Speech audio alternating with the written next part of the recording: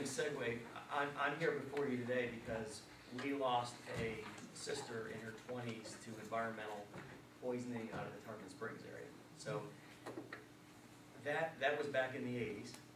And so through the spirit of the waves of change is that I know now that the water in Tampa Bay, I'm a scuba diver, is better because of the work of Tampa Bay Watch, Ocean Conservancy.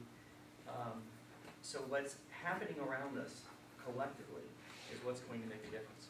And the spirit of being able to work together on this is the reason that we're all here today. It's the reason the Green Armada exists.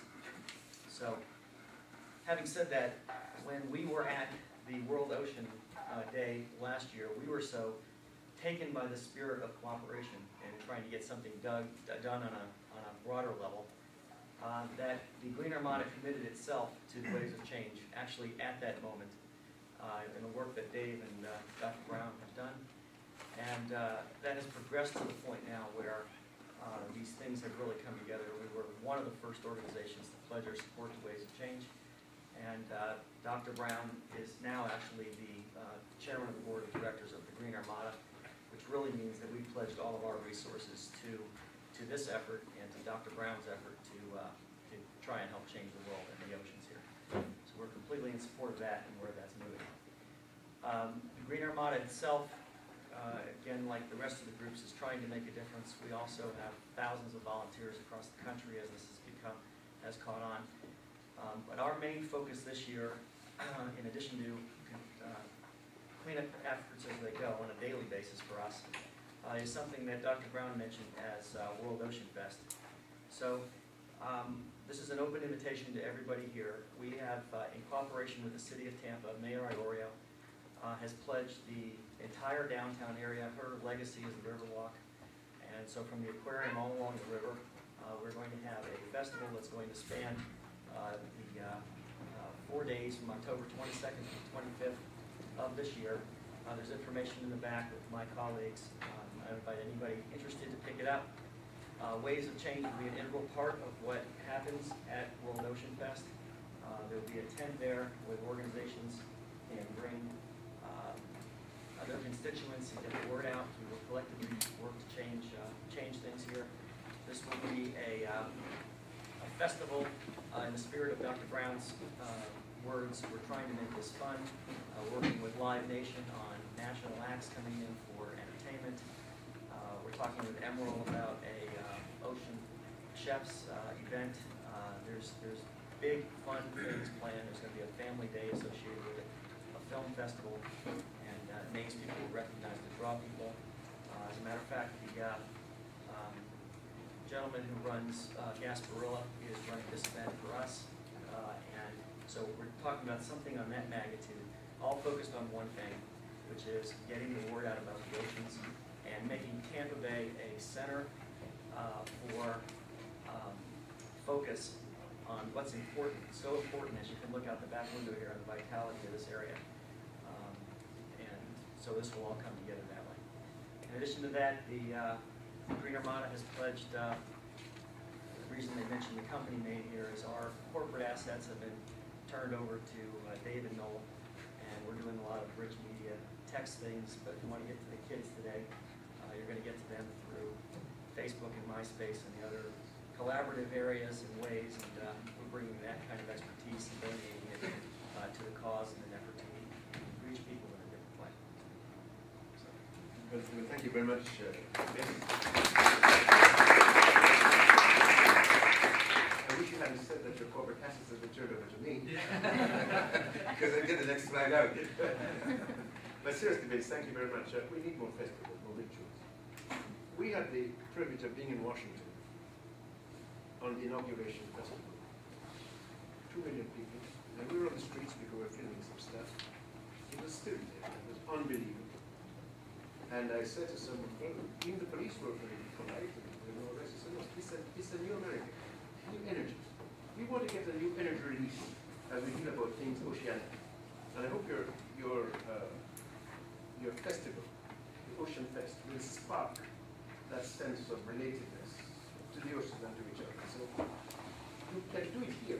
We're again here at New Year's Eve, and we're on the streets of it.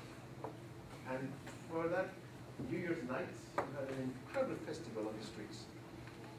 You had a spirit. We want to inculcate that spirit of unity, harmony, oneness. And I think the oceans can help unite us.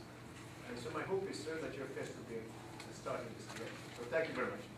Ladies and gentlemen, you've heard from our panelists, and now the floor is open. But before that, I'd like to acknowledge Mara Hendricks. Mara is from the International Ocean. Mara, will you stand up and let them see that the IOI is in the house? In the backlight, they call me. So thank you very much for coming and representing the IOI. The floor is open. Dave, I think you better come up front because you may have to answer some questions. They're going to cross-examine us, Dave. So please, questions, observations, comments? Questions or comments or ideas of what we might do together in the Tampa Bay area. The floor is open. Reactions? Abuses? We work with the Gulf Council and the South Atlantic Council, so we're used to abuse. So. Yes, sir.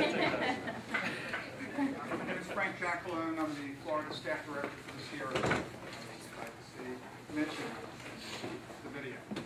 I want to say that I came here with lots of questions, with a fair share of skepticism as well, but was impressed with, particularly with the program, with the goals of this campaign, and I thought it was right on target.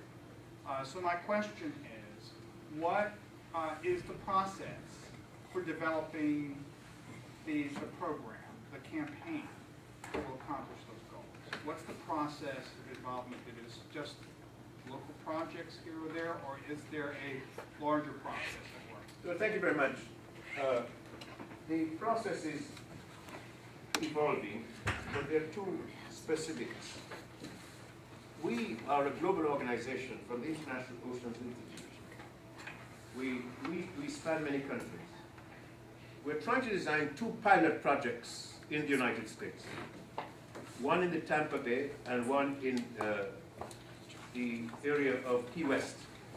In Tampa, what we're trying to do is to identify, is to build a consortium. The process is a consortium-based organization. We've identified a number of institutions that are related. Ocean Conservancy, we can't touch with the litter question. So when we deal with issues of maritime waste and litter, or maritime food security, we try to find the organization that is most directly related to that, and give them free play to develop a program in that sphere of action. It's not going to be managed from the top. For this kind of, we don't have enough money, capacity to try to manage from the top. We want to identify strategic partners who have already started in that area, who welcomes an umbrella to get away from the silo and meet others of kindred interests and see how we might be able to. So that is the way the problem. I'm sorry Dave is not here to explain it further to you because he's the managing director of the campaign. But that is the process in which we work. A consortium-based process to identify, to have people buying in and saying, this we are prepared to do. And I've seen it work. Some years ago, the mayor of Honolulu had a specific, called Asia-Pacific summits. He brought the mayors together. At the end of his program, he had what he called a commitment session. And each mayor would stand up and in turn said, I commit myself to the following A, B, C, and D.